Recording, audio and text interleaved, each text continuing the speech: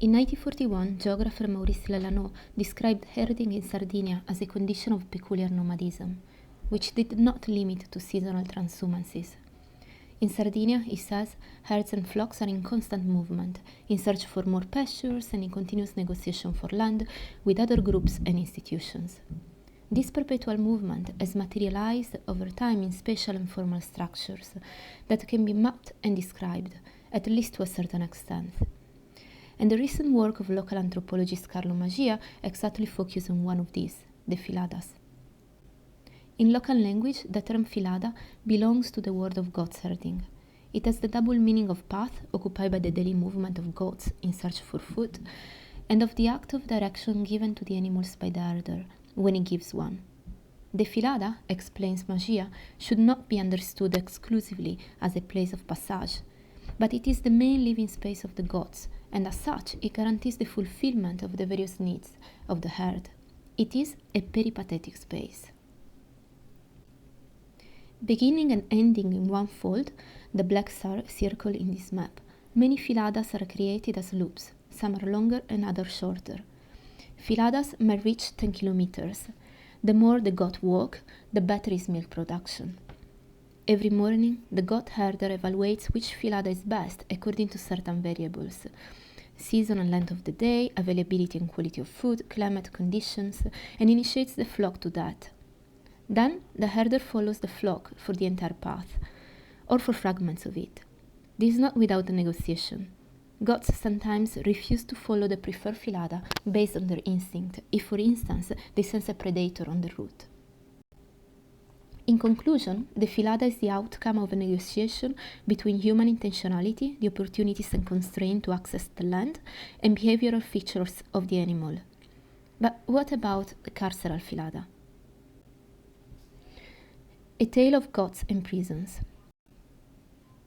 Let me tell you a story. In 2019, the national park with authority on the island of Asinara, an ex-penal colony until the 1990s, faced a massive threat: 1,700 feral goats.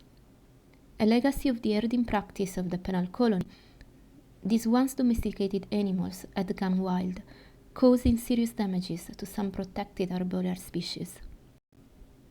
The park loaded them on a boat and sent 140 animals to permanent exile to a cousin institution, the penal colony of Isiri, an existing prison farm in the mountainous area of Inner Sardinia. An inmate was assigned to the newcomers as goat herder, and in a very challenging task. Always on the move, the goat is indeed the animal that more than others tends to explore the territory and requires a very well-fit and skillful herder to follow and direct it. Recently, the herd of the Asinara's goats has escaped the colony of Isiri and transpassed its boundaries. They are now back, and the process of redomestication is on the way. So, responding to the conference's call, this presentation proposes a reflection from within the tangible condition of space and mobility of both humans and animals by looking at the carceral settings of the Italian penal colony. Established in the 19th centuries, these prison farms still survive today as marginal institutions within the national penal systems, in 4 locations: the colony of Gorgona in Tuscany and the colonies of Isarenas, Isili and Mamone in Sardinia.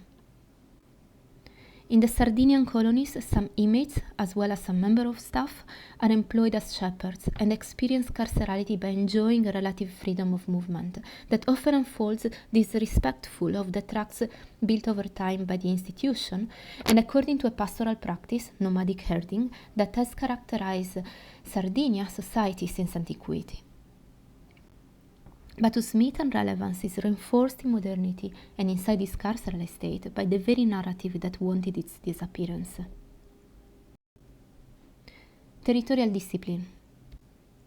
If the birth of the modern prison, says historian Robin Evans, marked the moment for architecture to emerge as a socially empowered discipline towards behavior, relationship, and movement, of which the floor plan became the precise footprint, then we must interrogate in what ways the discipline of architecture was scaled up to the status of territorial design and deployed to the vastness of carceral rural estates, which reach up to 3,000 hectares. To appreciate their extension, we can easily compare the smallest of the colony, easily 750, with the footprint of Pentonville and the prison farm of Roussillad in Belgium. I've already argued elsewhere that the Sardinian colonies have deployed since their foundation a project that is an uncertain yet extensive territorial structure aiming at disciplining both the outside neighboring community and the inner community of prisoners and staff.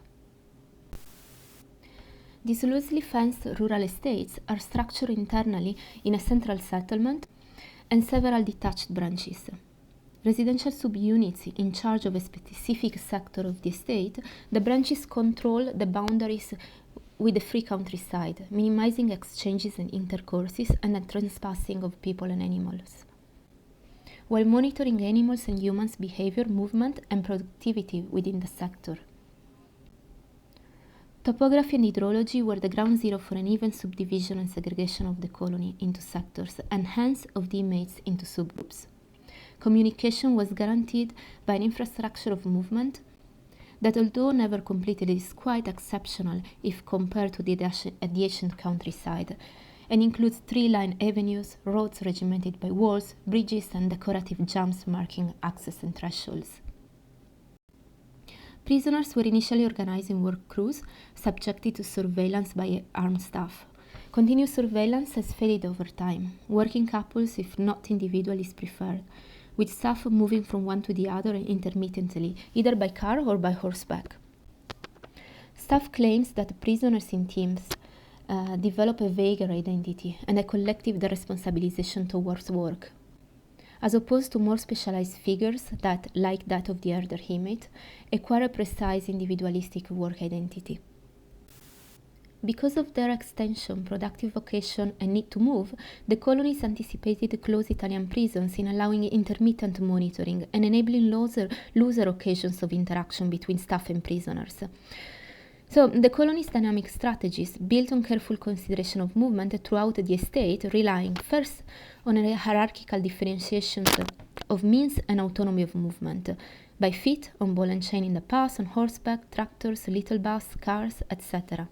Secondly, on territorial features that favor or impede visual control, sound control, and movement. And thirdly, on manipulating knowledge. Indeed, inmates do not have a map of the colony, and they are instructed by staff only regarding specific areas, external and internal boundaries, and reference points. This unbalanced and fragmentary knowledge is often easily recomposed by the orientation skills of inmates of rural origins, as well as by informal whispering among inmates, which soon allow the prisoners to read and understand the landscape where they work and move, and hence to actively engage with it. But what was the outside community targeted by the colony?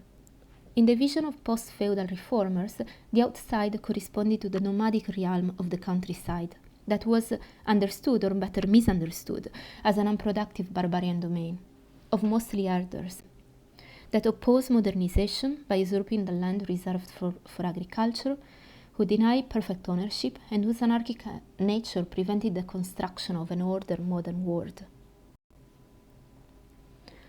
When civilization will erase the wandering shepherds from Sardinia, that island will be one of the most moral countries in the world, just to mention one of the many attacks moved to the herder in the past. These attacks were in line with the general anti-pastoralism of modern national states, which praised the superiority of sedentary communities, as pointed out among others by anthropologist James Scott. Yet, among the barbarians, Sardinia is increasingly being labeled as very peculiar by both exogenous and endogenous moralizing attitudes. To some, this peculiarity had historical roots, to others, environmental roots. To others, like Lombroso and his followers, it was linked to the very ethnic and racial features of Sardinian people.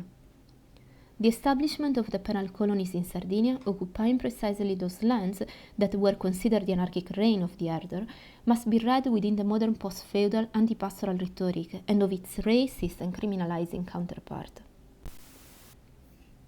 This rhetoric has gone through cycles, with harsh explicit moments of opposition and moments of praise, when the herder has assumed a positive connotation, either for its productive relevance, or as the bearer of a genuine identity at the service of the tourist industry, or as the custodian of environmental values, or most recently as a rebel to global capitalism, like in recent protests represented in this photo. The invented character of the Sardinian herder and of the Sardinian in general is a double. Is both a negative other, a retrograde, dangerous individual, unable to settle in civilization, as well as a heroic other, the romantic rebel solitary hero, always on the move. In any case, a deviant. But how much the Sardinian herder is still on the move? Herding has recently become more sedentary. Seasonal transhumancy is almost completely abandoned. Shepherds have purchased the land for some pasture and they have built stables. Yet, these modernizing practices mix with what remains the major permanent character of pastoralism in Sardinia, extensive breeding and grazing in the wild. The latter not only persists, although mitigated, but it is strategically valorized as a relevant identitarian feature within most recent processes of repastoralization. So, if I have already proved in the past how the colonies partook to the reform of the nomadic realm of the countryside towards hope, sedentarism based on agriculture and perfect property, in this presentation I am attempting to combine into a single argument humans, land and beasts. This needs a reconsideration of the persistent movement, walking, of humans and animals, that is of herding, inside the fixed, non-negotiable land of the colony, as a potentially challenging practice, yet necessary to the functioning and identity of this carceral agrarian institution. Walking as a creative practice. Robin Evans has argued in several occasions that modernity has increasingly regimented movement to achieve maximum and frictionless connectivity among secluded parts, either in the prison, the house, or the city. In the book Workspace, Walking as an Aesthetic Practice, architect Francesco Careri will then claim that walking is a practice of resistance able to challenge such dogma.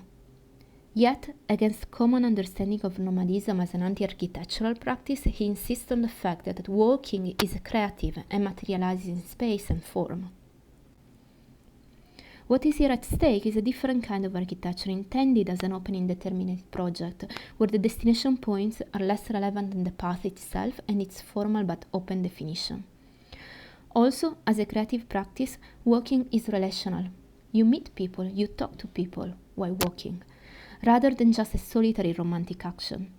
The art of wandering, he claims, is followed by the art of meeting, of the construction of a threshold. Among Careri's reference is the work of artist Richard Long, who often turned to the countryside as a locus for his experiments. Long's masterpiece, A Line Made by Walking, in 1967, highlights the body as a tool for measuring space and time, and as a tool of drawing. Here, walking is not only an action, it is also a form that can be superimposed on existing forms, both in reality and on paper. Based on these introductory assumptions and concepts, I wish to ask two main questions. First, does the walking of the herder inmate, coupled with that of the flock and of the warden herder, act as a project that both adheres and contradicts the disciplining territorial structure laid out by the carceral institution? Is herding adding a physical layer to the institutional one? And if yes, to what extent is it legitimate to aestheticize prisoners' walking practice within the carceral estate? Another photo from Long's work, and some photo from my students at the penal colony of Isili. The second question asks why herding has survived within the very institution that targeted its disappearance, and to what extent is the myth of the shepherd reproduced within the colony. The degree to which the carceral institution interprets contemporary models of pastoralism and the movement of the herder vary among colonies, as well as within the colony, depending on the species that is farmed: goats, cattle, sheep, pigs, in order from the more to the less dynamic. In general, it must be noted that a mix of stabilized livestock farming and herding has always been the case in these incomplete modern carceral agrarian projects, which anticipated, for reasons that are different from free pastoralism, the hybrid connotation of contemporary pastoralism. The first is the penal colony of Mamone, Onani. The estate of this penal colony is so large, almost 3,000 hectares, and altitudes are so varied that flocks in the past made an internal transhumance. The branches are so far and isolated that have always been larger and more specialized than other colonies. What we see in this photograph is the most remote branch that used to farm goats. As we can see, very steep topography, rocky ground, very dense vegetation makes movement uneasy for humans, if not by walk, but easy enough for animals, making Mamone a perfect setting for extensive breeding. Sheep are mostly graze in enclosed fields within one sector and are easily overseen by a single herder inmate. Cattle graze wild, complemented with sown pasture in their own sector, which is then subdivided to host calves, heifers, and cows. Prison staff instruct the inmates on the boundaries that must be respected and on the pastures that can be used, and the trespassing between sectors is punished with disciplinary sanctions. Animals must not be mixed. Prisoners must be always traceable, both for surveillance but also for their own safety. Overlapping to the geographic condition of the spatial structure of the prison, there is a continuous negotiation between the movement of beasts, the availability of pasture, and the boundaries of each sector. So in Mamone, surveillance is not the easiest, and staff wonder if drones would be a solution. Secondly, the penal colony of Isarenas. Despite the large extension of Isarenas, topography and morphology limit the actual area that can be utilized for farming activities. The large dune system of the coastline is very hard to walk. The illuded area are not used for any activity, maybe just for goats. Herd of sheep and cattle mostly graze in well-defined and enclosed sown pasture, grass and forage plots, positioned alongside the main paved road that leads to the sea. Pigs and horses are kept in stables. Hence, internal movement at Isarenas is limited mostly to main roads, and few deviations are allowed, for a maximum distance of 6 kilometers. Surveillance is said to be easy, as staff is always aware of inmates' location, and the prison registers very few disciplinary infractions. Finally, the penal colony of Isini. This is the smallest colony, but it offers such a great variety of pastures and landscape that the whole territory is crossed and utilized. In the map, what is not cultivated field is wild pasture for sheep and goats. The herder usually sleep in the main prison building in the core village with the other inmate, while in Mamone also the branches are still in use and they sleep in the branches. These are little prisons within the carceral estate and function exactly as any Italian medium security prison, following the same rules and the same protocols. So the herder leaves the building early in the morning in a legislative regime very similar to that of the prisoner allowed to work in the city outside an urban prison. He will then reach the fold, which is just few meter distance from the prison building, and when in the past they also used to sleep. The fold is a large and modern construction built in the 1950s, when the last major investment were poured into the colony to modernize herding, and in correspondence also to a wider agrarian reform that was investing Sardinia at the time. Intensive breeding, however, has never been the case. Although animal feed is today in use as a complement, each day the herder inmate takes the animals out to graze. After milking the animals, arrangements are made with the staff to decide the daily destination. Sheep are usually taken to the sown fodder, where they will spend the whole day, while the shepherd will go back to the fold or to the residential building, at least until the sunset, when the sheep are taken back to the folds. On the other hand, the goat herder will follow the goat in the filada, overseeing them for the whole day, until the loop is complete and they are back to the fold, in a sort of perpetual movement. The filada is chosen by the staff, but for the whole path, the goat herder is alone, with intermittent control. The short filada in the colony of Isili is about 3 kilometers long, and the long filada is about 7 kilometers long. So, to conclude, let's try to respond to the two main questions. Is herding a creative practice in the colony? Well, surely herding reconfirms in the prison its status as a practice favoring some freedom for the human being, despite the fatigue of walking windswept and steep lands and in the dialectic with geographic and institutional opportunities and limitations. I've explained that this condition is one of the factors that allow the colony to anticipate dynamic strategies of surveillance and management. The herder inmate is on the move on a very large extension of land, like in the Filada, but he and his herd move less than his free counterpart, who anyway move less than in the past and less than what is expected from our mitization of herding. This is because sedentary livestock has always been the objective of the colonies, although it was imperfectly and inconsistently implemented. This is also because of the carceral routines. The herd must return every night to the fold according to the prisoner's curfew. So the herder inmate is able to carve some diversion from the tracks that the institution has built for him, with this path adding a layer to the existing network of roads and negotiating the boundaries. In the case of the goat keeper, the figure that we understood should require further attention and investigation, it is the nature of the animal and its alliance with the territory in its herd that allow the prisoner a larger degree of freedom of movement, and perhaps the definition of a peripatetic space for his daily life, the carceral Filada.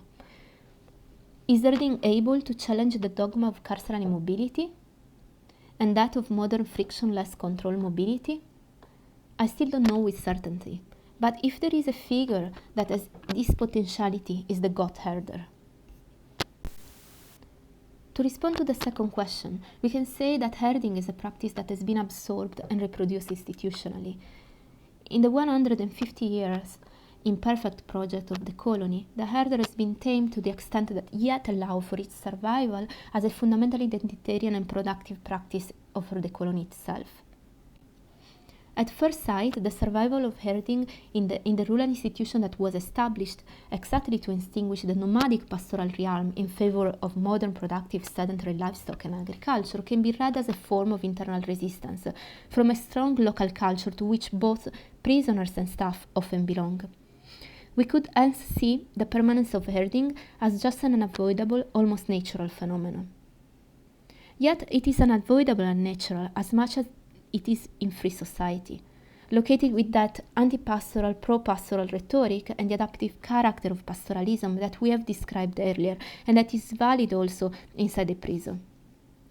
The reason why the colonies are still in operation today, despite the continuous threats to be shut down for their inefficiency, must be found exactly in their induced localism and in their peculiar identitarian character that mix a progressive project of colonization and traditional practice, a factor that also locals genuinely tend to stress in an effort to value the existence of the colony and protect it from being shut down. And this is recognized both at national and local level, and also recently served to some visitors in prison tours, to which herding contributes as guarantor of authenticity. The herder inmate is represented in new fictions, press, documentaries, promotional videos, etc. as a solitary figure, a negative character but on the path of redemption, with a surrogate identity. Not only is deprived of the right to orient the flock in the first instance, to choose the Filada, a decision that is left to the prison staff, but it also abdicates those relational qualities that are key in pastoral life in free society, and that, as Carreri argues, are fundamental in the creative practice of the worker. What is missing in the carceral state, despite herding survives, is the social use of the territory that contemporary anthropologists have so carefully described and recorded, exactly to counteract the myth of herding as a solitary wild realm. Solo che fera, lonely as a beast, and unable to collective endeavor. The social use of the territory often reemerges illegally, as in the many anecdotes of illegitimate kids, dreams of personal marijuana plantations, construction of huts and illegal retreats, and exchange of goods at the boundaries. Thank you.